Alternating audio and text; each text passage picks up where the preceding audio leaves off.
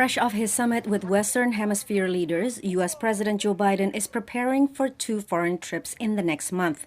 The G7 summit in Germany and a NATO meeting in Spain at the end of June, followed by a mid-July visit to Israel, the West Bank, and Saudi Arabia, where he will participate in a summit of the Gulf Cooperation Council. That's the reason I'm going, and it has to do with national security for them, for Israelis.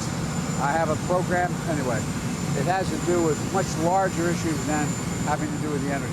U.S.-Saudi ties were especially close during the Trump administration, but have cooled under Biden, who called the kingdom a pariah while he was running for office.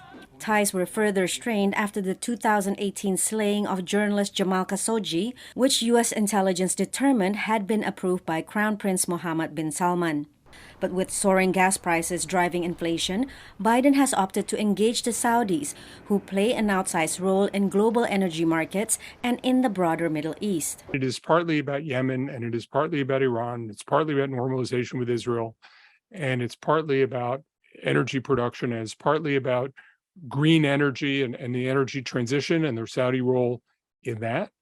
And it's partly about economic development, economic partnerships, and it's partly about the rising role of women in Saudi Arabia. Biden will fly directly from Israel, America's closest ally in the Middle East, to Jeddah, Saudi Arabia, a first for a U.S. president, following Trump's 2017 historic flight from Riyadh to Tel Aviv.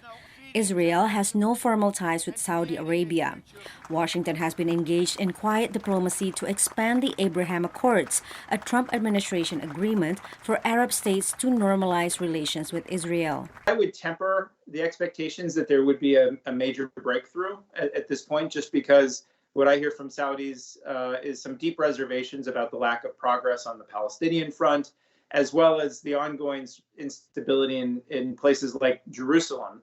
For the Saudis, normalization with Israel would require major progress on Israeli-Palestinian peace talks, but with little headway to point to and ongoing clashes, including the recent spat following allegations that Israeli forces killed a Palestinian-American journalist, peace prospects remain dim.